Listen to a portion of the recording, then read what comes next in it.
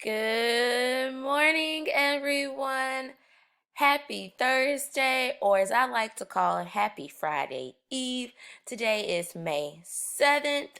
We have made it almost to the end of the week. I want to go ahead and get started with our lesson for today. All right, so today on Thursday, May 7th, you are going to need to complete math and science today. So here's a quick little overview of what needs to be completed. You will need to do your spiral review. You will need to complete your problems of the day. You will need to work on your weekly science assignment if you have not done so already.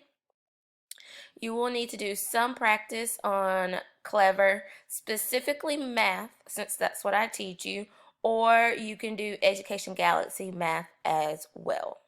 All right, so let's go ahead and get started. All right, so for your spiral review today, you have 4 problems like you have been doing. And so the first one is focusing on rounding. And I know this is something that we did or you learned at the very beginning of the year, which is why we need to do a refresher course on it. So when we look at rounding, this first problem is asking us to round to the nearest 10. Okay, so if we're looking at our number, we have the number 14,726. Remember, there is no and in this number, because there's no decimal place. It's a comma. It's a pause, not a period or anything like that, so you don't stop. So 14,726. Okay, let's say it one more time, and I want you to say it with me. 14,726. So I'm looking at my number, and we're focusing on the nearest 10. So I'm looking at these two digits, the 2 and the 6. And you have to decide, when focusing on the number 26, are you going to round that down to the nearest 10, which would be 20, or are you going to round that up to the nearest 10, which would be 30? When you write your answer, I'll need you to write the whole number, and you have to just change these last two right here, okay? So once again, you're rounding to the nearest 10, so you have to decide, are you going to round up or are you going to round down? All right. Now we're going to come over here and we're going to focus on number 2. It's just a problem where you have to make both sides the same. So 9 times 4 is over here, and that equals 4 times what? What number do you need to put right here to make both of these, to make both sides the same? Okay. Number 3, a teacher put 24 students into 6 equal rows.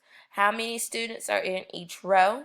So that's just like how we would arrange the classroom. If you had to put the desk in rows and there were 6 rows, how you and some of your friends, how many of you would be in that row?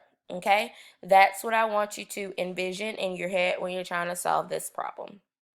All right, and your last one, number 4, is draw a model of 1/3. Remember, this needs to be some type of fraction model, so you can either draw it using a circle or a rectangle, or if you want to do a square, something like that. And you need to make sure it has 3 equal parts though, okay? And then one is going to look different. All right, so that's when they say a model. So you don't have to color, you can just draw it with your pencil, and then you could shade in the one that needs to look different, okay? So now that we've gone over your spiral review, let's go ahead and get started with what actually needs to be our focus for today. All right, as always, we have the vocabulary overview, and that's just what you need to know to help you with your vocabulary. So, of course, this week we've been focusing on decimals, and I just can't keep expressing enough how stinking proud of you guys I am. Each and every one of you that have submitted work to me has literally made my teacher heart so happy. I know the first day was a little tricky and you were trying to understand it, which that's typical on your first day of trying to learn something. That's no different than how it would be if we were in the classroom. But from Tuesday and Wednesday, my teacher heart was so happy. I could not believe how well you guys are doing. I bragged on you yesterday, and I will continue to brag on you for the rest of our distant learning, okay? So, a decimal is a number containing a decimal point, or it's like a period, that separates a whole from a fractional place values. So tenths, hundreds, thousands, oops, and so on, okay? So, you have your understanding what a decimal is. Now we need to look at it with our symbols. Is that a greater than symbol, a less than symbol, or equal to? Okay, and remember, you're always comparing the first number to the second number. All right. All right, helpful tips. How to read a decimal. All right, so we are either you will have a 0 right here or you'll have a whole number. And so what you do is you look after the decimal place and you go, the first number is in the tenths, the second number is in the hundreds, and the next number is in the thousands, okay? So that's as far as we're going to go today with your learning the decimals. So we'll just go there. All right, so once again, we're comparing decimals that do not have a 0 before the decimal place. So that's what we're going to be focusing on right now.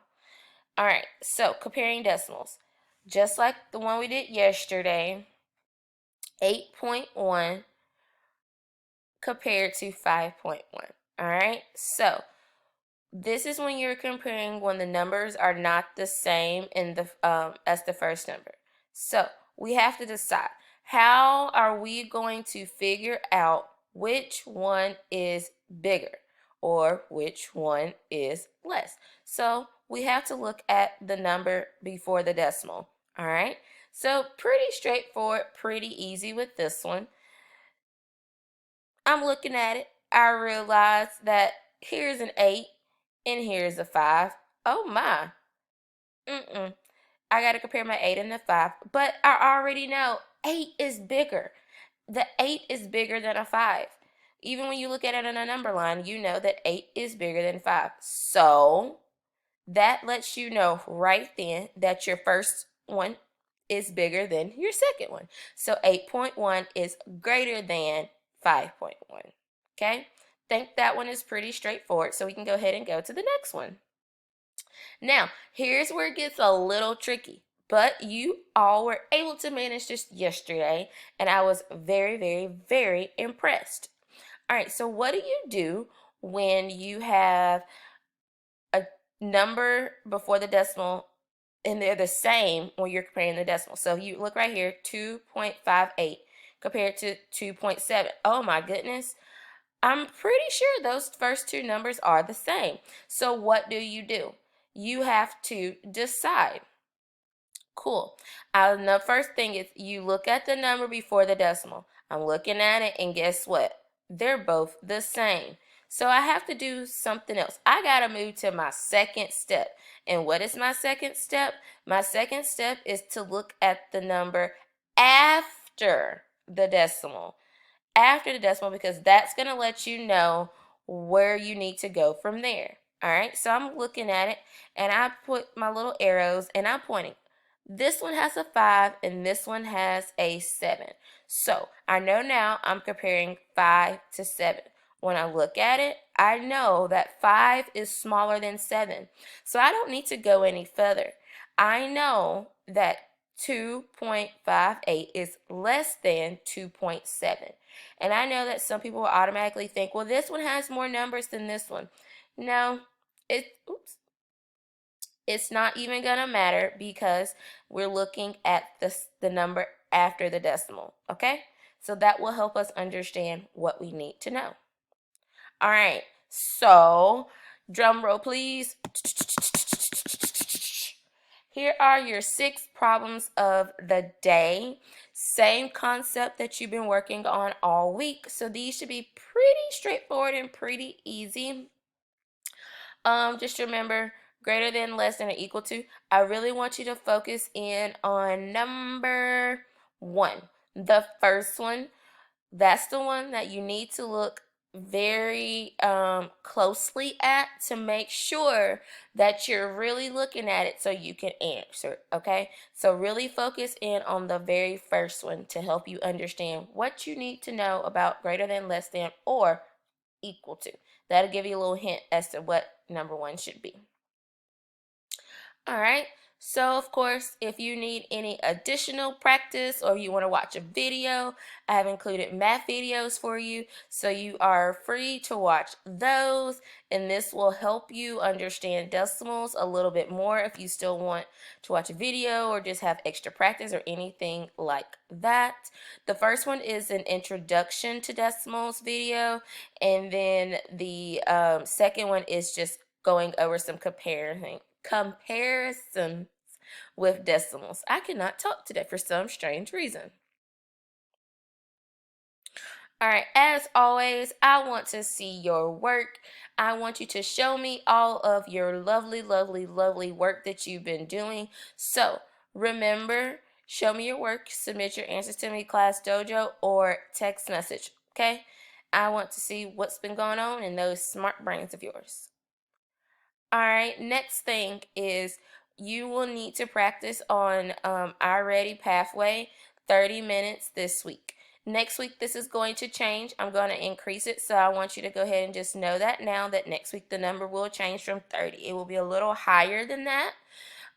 So I want you to be able to know that that's what we're going to be focusing on. So the 30 minutes this week was definitely to get you ready and to get your mindset on practicing more with it, okay? We only have a few more weeks left. You could do it. I know it because you're all extremely smart and you can handle it. So 30 minutes this week, okay? All right. So for your science today or this week, if you have not done so already, I will need to see your science today. I need you to construct a model to show how an object can be seen when light is reflected from the surface and enters the eyes, okay? If you have not done your science for me this week, I need for you to do your science today, all right? And I have included some science videos for you. These are just going on light reflection and things like that if you want to watch them and just get more or a better understanding. All right, we've come to the end. Remember, if you have not submitted work to me this week, I need you to get on it and submit it to me, please. Remember to keep practicing on Education Galaxy or Clever. I also need you to know that you can submit your work Class Dojo or text message. And remember, you got this. You could do it. You are smart. You are loved, and you are missed. I want for everyone to have a wonderful, wonderful Thursday or happy Friday Eve. And I will talk to you guys later. Bye.